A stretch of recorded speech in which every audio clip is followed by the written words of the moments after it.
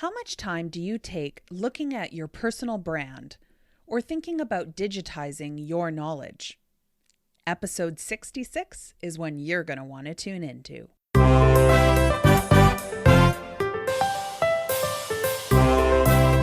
Welcome to Fox Talks Business Podcast with your host, Tanya Fox. Tanya has been an entrepreneur for over 20 years, owning retail, service, and franchise. She holds no punches and is never afraid to talk about the nitty-gritty. Together, you'll explore the good, the bad, and the motivational of business life, turning obstacles into opportunities and failures into successes. So grab your favorite drink and let's have some fun. Here's your host, speaker, crafter, and collaborator, Tanya Fox.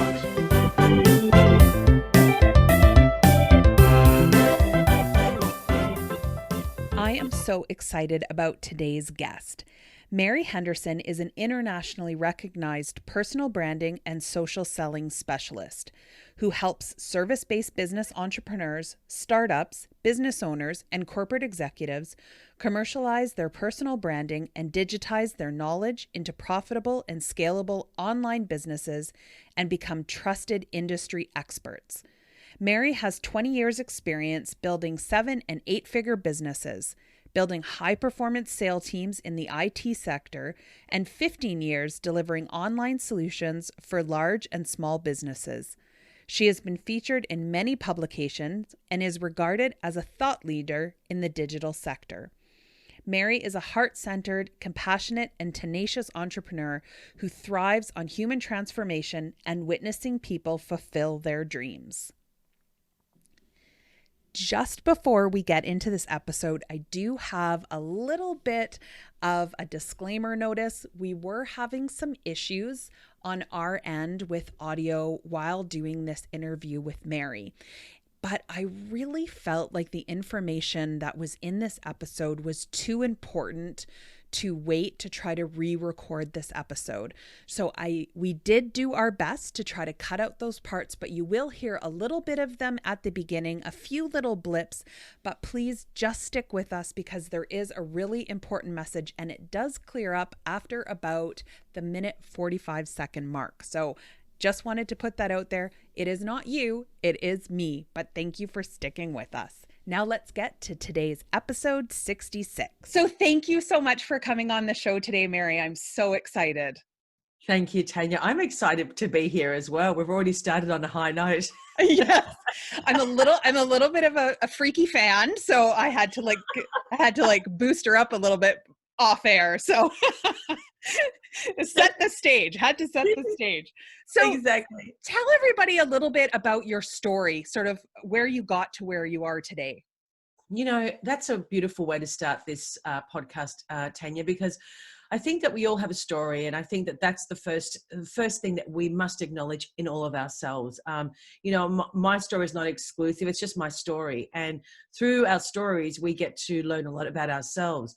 I've been in so many ways. I'm so lucky because today I actually do.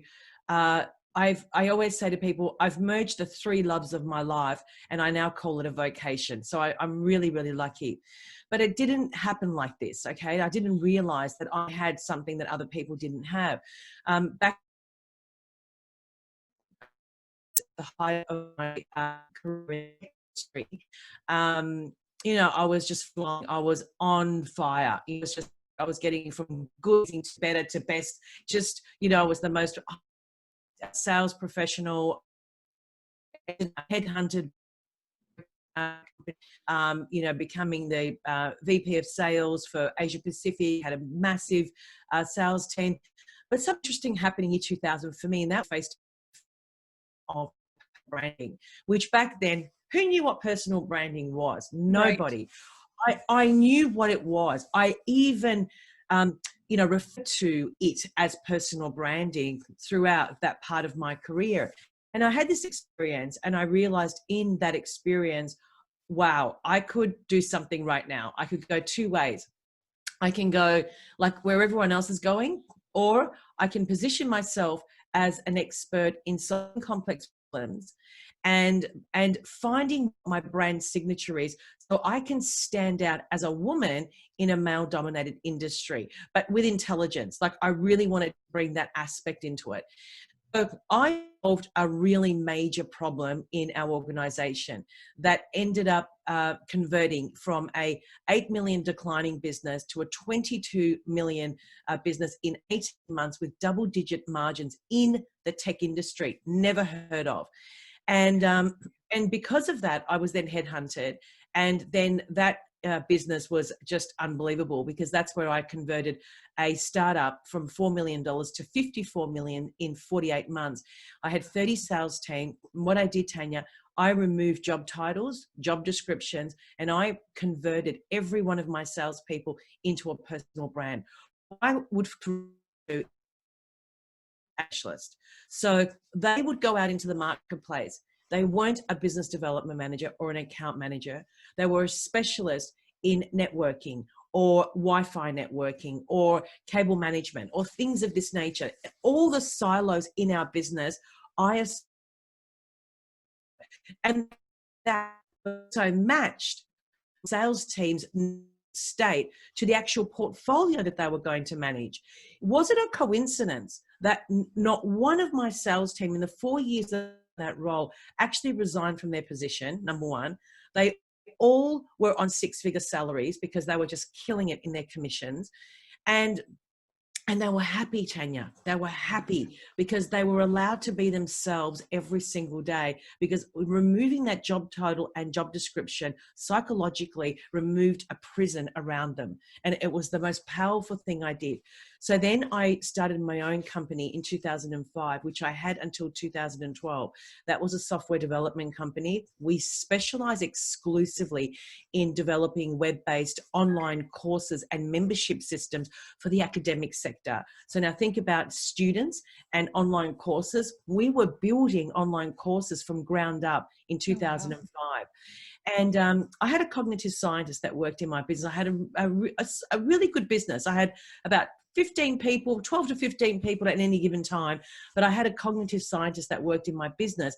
And his job was to understand how a student would want to experience content online. So we had to design infrastructures that were different for all the different universities.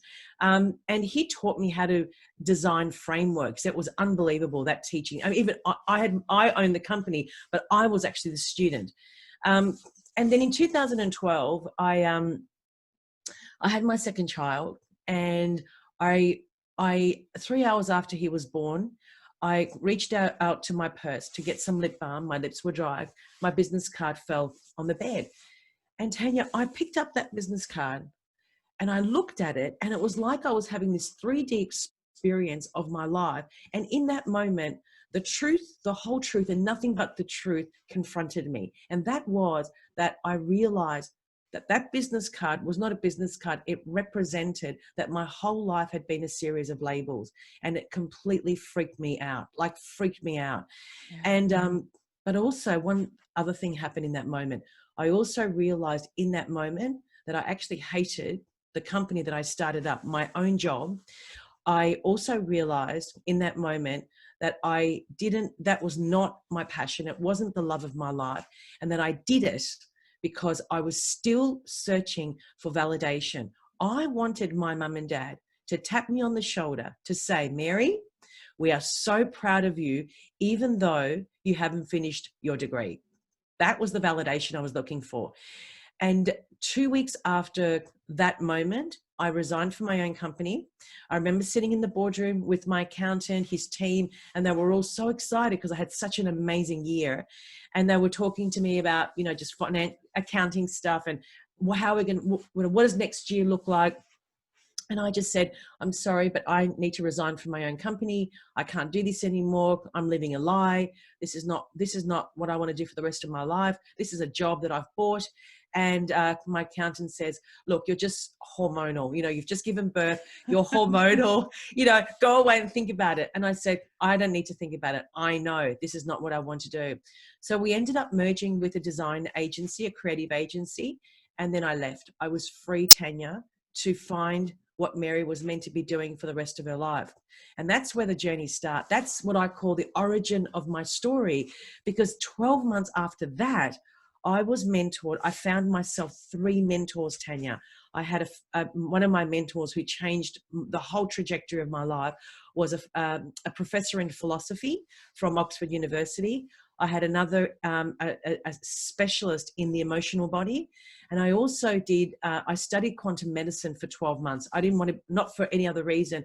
I just wanted to understand who I am. That was my objective that year. And outside of understanding a lot of things about myself, something even more magical happened in that 12-month period. Number one, I shut the door to the outside world. I did not want to see anyone. I gave up material possessions. I had no credit cards. I wasn't shopping. I wasn't buying anything. I was lost. I was really depressed. And so I needed nurturing on the inside. I was ready to go there. And so I said goodbye to everybody, and I didn't know when I was going to come out of the cocoon. And in that 12-month period, my mentor, the philosopher, he introduced me to the power of freehand writing. And we went through this unbelievable process. And in that process, I started to see patterns. I started to see what I look like in my natural state. And from there, I designed an entire algorithm around the gift that I was given around personal branding. Because it's not, for me, personal branding is not the shiny object. There's a whole process that a human must go through to actually understand what they look like in their natural state. And then I also realized, and it took me a while after that, oh wow, I have 3 things that I do really, really well. And if I merge those 3 things together, I can actually solve a problem. I understand sales, I understand how to design online courses, and I understand personal branding. Do people need that solution? And the answer is hell yeah. Oh yeah. And I think that that's so true, especially in today's day and age. Like it's that double-edged sword, right? Like we have access to social media, we have access to, people around the world. I mean, I'm in Canada talking with somebody in Australia. Like that just, I remember even when I started out in business over 20 years ago, that was obscure if that happened. But people, I find, and correct me if I'm wrong on this, but I find people are getting lost in what they think they want to put out there in the world, as opposed to branding who they truly are. Yeah, so, you're absolutely right. And so how, we hear that a lot. We hear about personal branding. And can you tell us a little bit more about what that truly means? And this is a really great question, Tanya, because, so many people are selling the notion of personal branding as, authenticity, tell your story, know your values, show up and just be yourself. And, all of that comes into the mix. Yes, absolutely. But in business, for example, if you're building your personal brand, whether it be in a corporate career or you're actually an entrepreneur, the shortest answer is you are the business. Your personal brand is the business. That's the short of it. Okay. A corporate brand is a business. A personal brand is also a business. The difference is one's a bricks and mortar. The other one is a human. That's the first, most obvious answer. The second thing is that personal branding requires very specific attributes that need to be unpacked, refined, and articulated in a way that the outside world can respond to and understand, just as you would in a corporate brand. So when you do corporate branding, there's a whole process that must take place in order to get to that end destination, which is a brand strategy, the brand truth, the logo, the look and feel, the design. It's exactly the same in personal branding. It is a very important aspect and investment in anyone that's starting out in a business, especially coaches, consultants who are transitioning and wanting to figure out how can I commercialize my knowledge? This is the first starting point. And what most people do, Tanya, they always want to start at making money, lead generation. That's the starting point for most people. They don't actually understand that the lead generation is the effect of the cause. The cause is the personal brand. And how, So of course we, we're out there and we're trying to brand ourselves, but I think people sometimes too think I'll just put out, I'll go out on Facebook or on Instagram and I'll do lives, and all of their content is sort of out on these platforms. And I know you have talked quite a bit about working on your brand offline as well. Tell us a little bit about why that is so important. Well, I want to answer that question in two parts. The first thing is you said something very important, and that is that people are actually creating just random content. It's a live one day, the next day it's a photograph with their child, running around in the house. The next day it's something else, and it's what I would call random content. Now, that's dangerous. And on one hand, on the other hand, I understand that people want to bring the human side into it. But my philosophy on that's very different. My philosophy is that when I'm going to bring content to the table, it has to be in context. It can still be my child, but I need to put it into context, right? So people are not putting their content into context. That's the first thing. The second thing is that there is, when you actually are sharing random content and you're not strategic and deliberate, you've just missed an opportunity to actually draw people to you. This is the pull strategy. Most people are pushing, not pulling, okay? And it's a very different way of showing up on social media through your content. That's that part. To answer your question on the offline bit, now that's another important aspect, because I used an example the other day in my post, and I said no one saw the pandemic coming, right? But what would happen if you didn't see that LinkedIn, Facebook, Instagram is gone tomorrow? Would your business survive?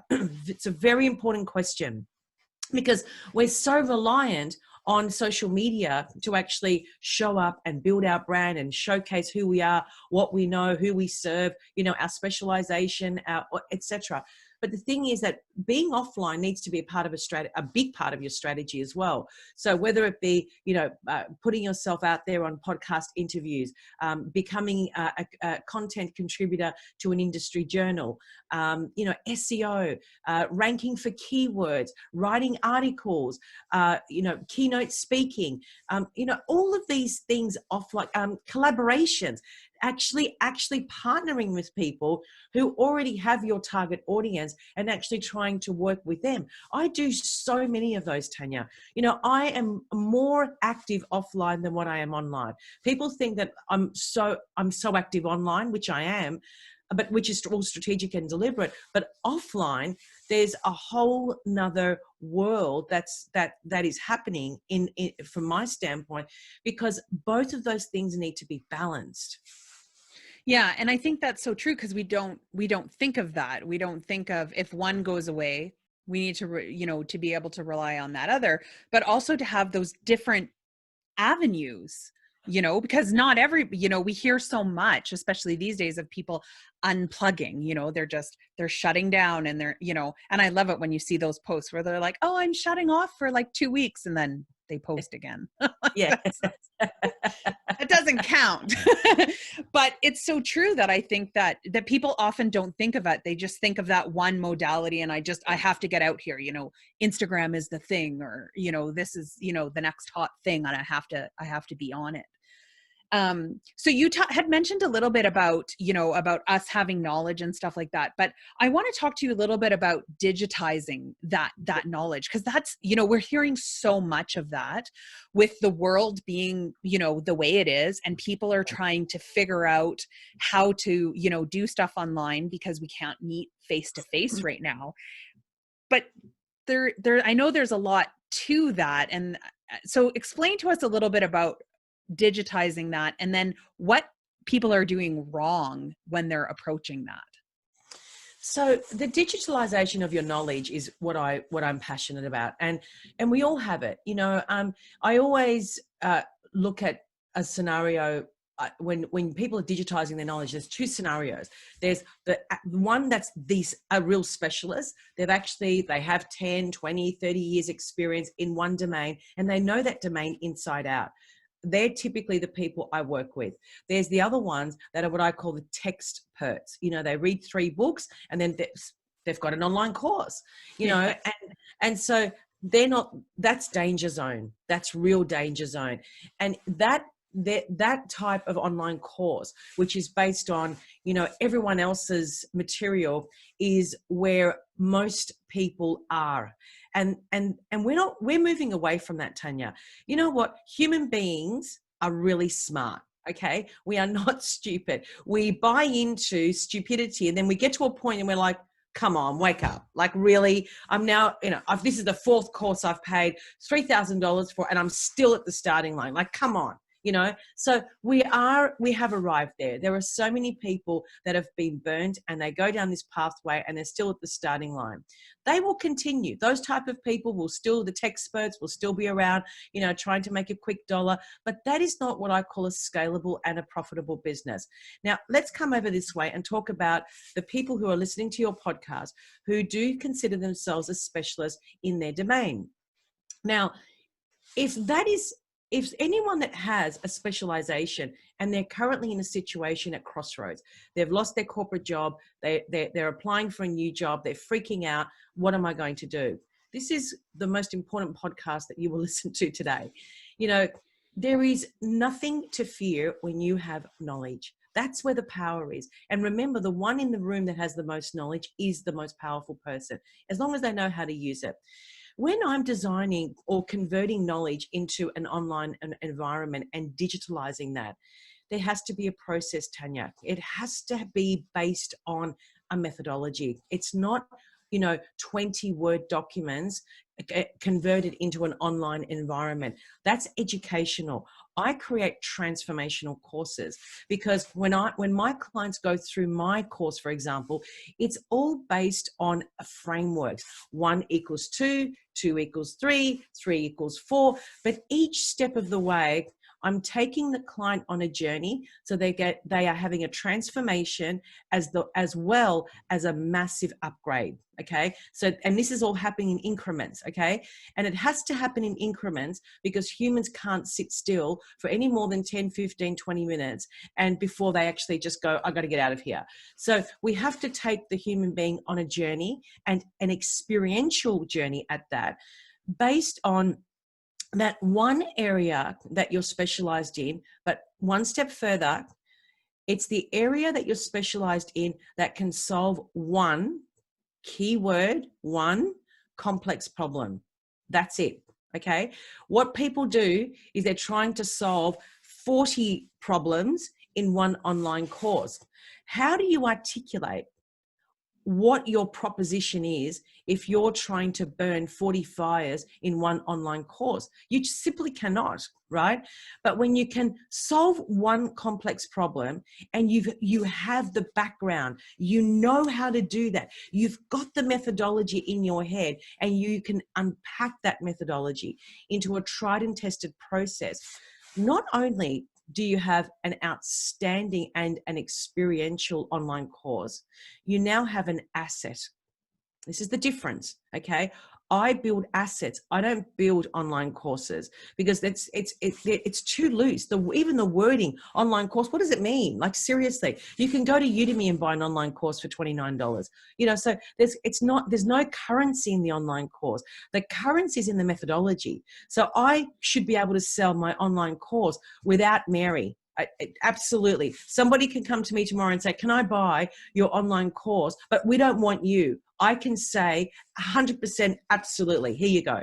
Because it's got a series of frameworks. It's the system. I'm building a scientific system that actually works. And that's the difference, Tanya, between building an experiential online course versus just an online course based on a expert's perspective on what an online course is. And also, it must be congruent, 100% congruent with your value proposition and your brand proposition. The brand proposition, the actual personal brand foundation, is the foundation for everything. The online course, your sales strategy, your sales funnel, your content strategy, everything feeds back to the personal brand. So the congruency must be 100% obvious. Why is that important? Because when I'm congruent, I'm believable and I'm trustable. And I think, really concentrating on your personal brand is key, because I know even for myself, and I know I, from listening to a lot of your stuff and watching your videos, I have a lot of work to do, but I have switched my careers very obscurely throughout my life. And even, if people ask, well, how did you go from, owning a bread franchise, a commercial bread franchise, to a craft store? And there is no ladder, there is no jump. But I feel that because I really stood in who I was and what I believed in, that people followed me because they knew from where I was previously, they Yeah. knew what I stood for. So no matter Yes. what subject I went to or what Yes. topic or Yes. project, Yes. you get those people that are like, I know her, I know what she's about. And there's that trust factor. Yes. Yes. Absolutely.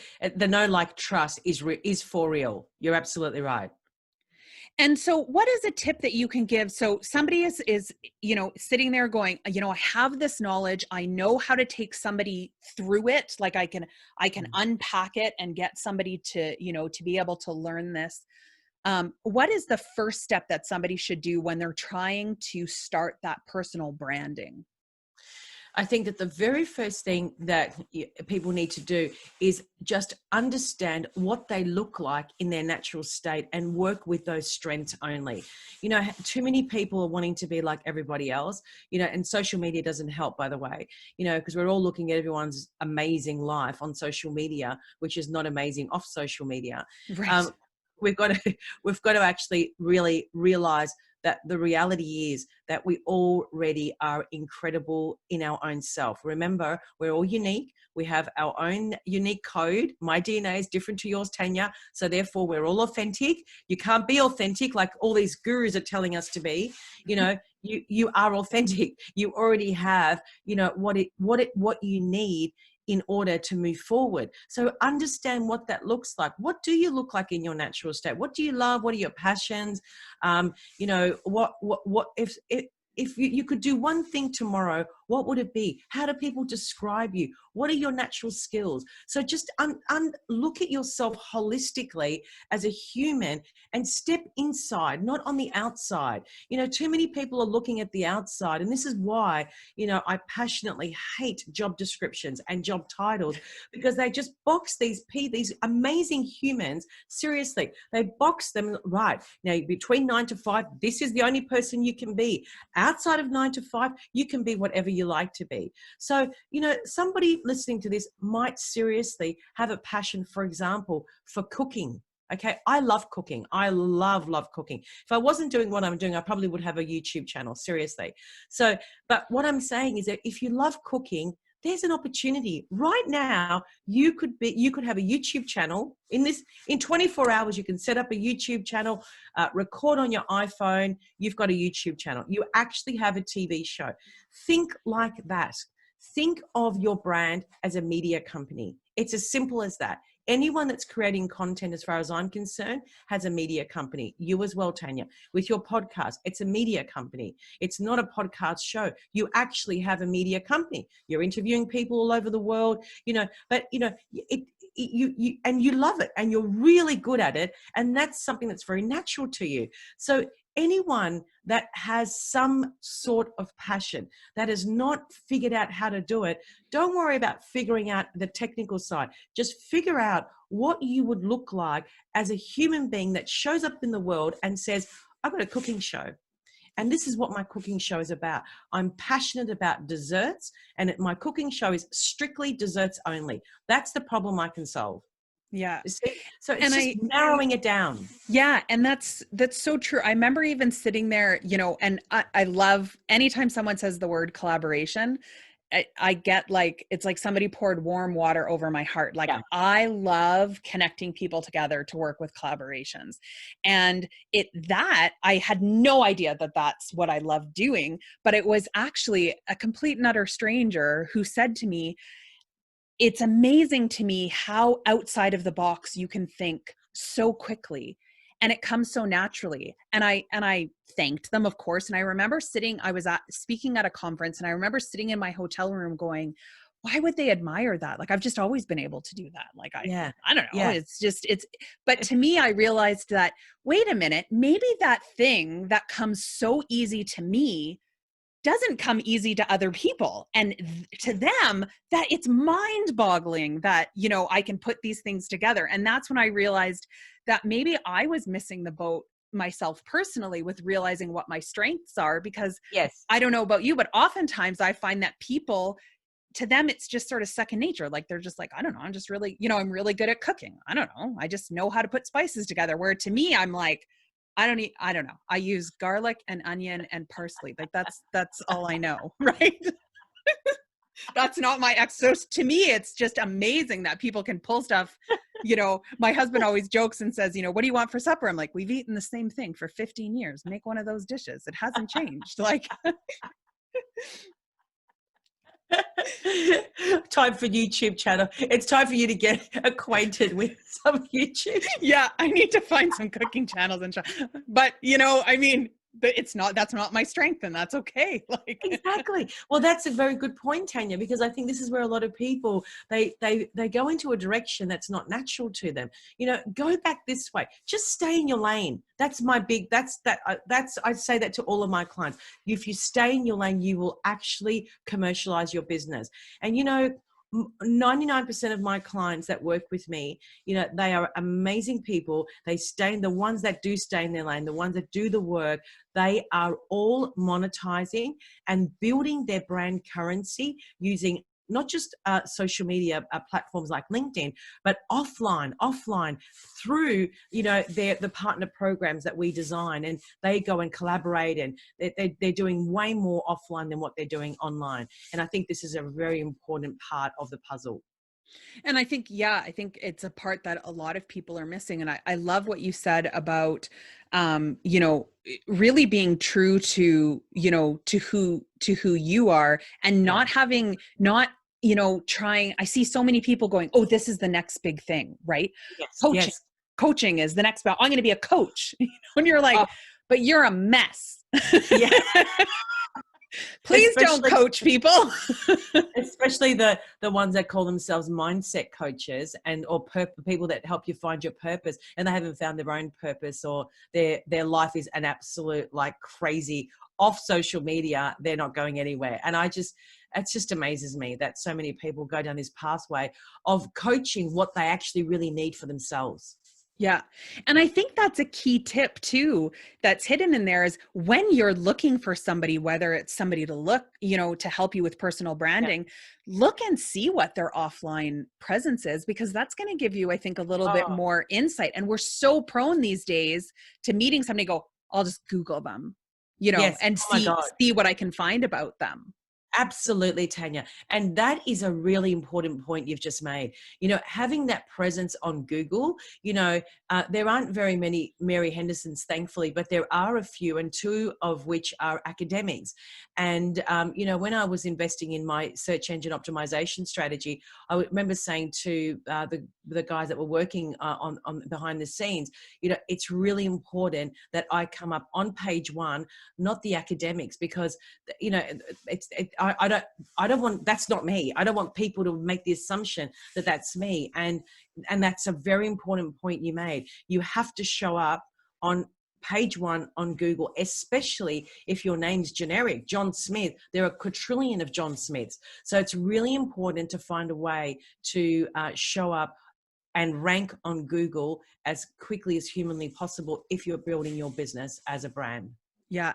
And I think, you know, I remember years ago, people saying, you know, at least once a week, kind of Google yourself. And I remember originally, Yeah. like you said, I would Google myself, and they're actually, I don't know why anybody would pick this name, but Tanya Fox, actually, there was a porn star and she kept popping up. And I thought, that is not just one X in my name. Like, I was like, oh, I'm going to go back to my maiden name. Oh my God. Like, but sometimes it's funny. Like, but I think that that's true. We need to be paying attention to where we are, because we get so Yes. stuck on, you know, just putting the content out there, but how is it being perceived on the, you know, on the other end? And how are you truly showing up in the SEO and stuff. Absolutely. Absolutely. It's important to have an offline strategy as much it is to have an online strategy. And in between that, there's a content strategy, there's a sales strategy. All of these missing pieces need to be glued together so that you have a sustainable and a profitable business at the end of the day. And so if people are interested, they have this idea, they want to go in that direction, what's the best way for them to find you, to see if you guys would be a fit together for them to start this journey or, Absolutely. grow it? Absolutely, Tanya. So first of all, I'm very active on LinkedIn. So that will be a great place to start, and also to check out my content because I post every day. So that's Mary Henderson Coaching, and just look for the pink circle around my face, or just go to my website, maryhendersoncoaching.com. Have a little bit of a browse, look around, have a look at the things that I post and talk about. And please feel free to email me, mary@maryhendersoncoaching.com. Now you are launching a YouTube channel soon. Yes, I Tell am. us a little bit about that, because that's coming up in June. So Look, I've already have a YouTube channel, but I've never taken it seriously, Tanya. And so it'll be called The Mary Henderson Show, and it's actually hilarious. My logo it just sums me up to a T. It's got two stilettos with pink soles on the bottom of it. So I love that. But it is exclusively for coaches and consultants. The actual TV show is basically taking the content that I create on LinkedIn into more of a voice environment. And so I think that that YouTube is a really good environment for people that are looking for how-to questions. And yeah, so that's launching on the 1st of June. And so I'm excited about that. I think that will be a really good addition to the content strategy. So tell us a little bit, do you have any projects or anything like that coming up that we can watch you on? I know everything's kind of in the air right now, but I do. I actually am involved in another weekly project that I've just started with another 5 other people who are just like outside the square thinkers. We say things that other people are not prepared to say. We're unapologetically ourselves. So it's really it's not a safe zone, but it's really awesome. It's called Corporate Underground. And what we do is we talk about buzzwords, like last week we were talking about authenticity, and we were like, okay, well, what does it mean? Everyone's talking about it. What does it really mean? So we all have we all give our version of authenticity. And what's so important about that project is that it just goes to show that there's no one size fits all. Everyone's got their own perception and their own version of all these buzzwords, but who's right and who's wrong, which is what we're trying to get across, right? Yeah. So all these experts that are talking about authenticity, it's like, okay, but there's another 4 million views of what that word actually means. So who's right and who's wrong? So that's on YouTube as well, Corporate Underground. And that's just started. And of course, I have my magazine that I launch on LinkedIn every Wednesday, which is going really amazing. So that's showcasing people who are authorities in their domain on the front cover, and I do a feature story on them. And so there's always projects in my little world, Tanya, and I'm actually working on right now an online summit with 20 serial leaders in their domain. And again, just talking about leadership upside down. So that'll be launched very, very soon. I'm so excited to follow all of this stuff. I've just, inundated my staff with your YouTube videos and information. It's been fun, but they're like, you need to stop. And I'm like, no, you have to listen. So I know I've gained a lot out of it, and eventually they'll learn. You're funny. I'm so glad that we met. It's just it was such a pleasure. Thank you so much for coming on the show and sharing your knowledge and your story, because I think it's true, we all have such unique stories, and I absolutely adore hearing other people's stories. And my mom always says you can't make all the mistakes yourself, so you might as well learn from others. Yes. Oh my God, I love that. I'm going to steal that. Absolutely. Thank you so much for having me, Tanya. I appreciate it. Thank you. I do have to say, I do have a little bit of a business crush on Mary, but she has so much great information. I love following her on LinkedIn and all of the great tips that she gives. So I do suggest that you head over to our website at foxtalksbusiness.ca, Click on blogs at the top of the page, and you'll be able to find the post of Mary's with this episode and all of the links where you can connect with her. And I want you to take a moment to really think about one of the statements she made in this interview, that lead generation is the effect of a cause, and that cause is the personal brand. Do you find that in your business, you're constantly running after the next dollar? Maybe it's time that you shift your perspective and see what your personal brand is and how it's working for you. Mary has so many great tips on her YouTube channel, and I definitely have been implementing some of those changes, which you'll start seeing on my personal brand. So I thank Mary so much for taking time out of her day, and for you for sticking through our minimal audio issues that we had. But I really did just feel like her message was too important not to get out there. As always, I want to hear from you guys, your comments, your questions. So make sure that you send me a PM, a DM, an email, whatever works for you. I love hearing from you. And thank you so much to all of you that have. We are still doing our lives every Tuesday at 9:30 a.m. Mountain Standard Time on both Facebook and Instagram. So we always love to see you there, where we talk about collaboration and your business. So looking forward to chatting with you again next week. Thank you so much for tuning in. And don't forget, whether you're working on your personal brand or trying to put your content into context, make sure that you're having fun. Because if you're not having fun, why are you doing it?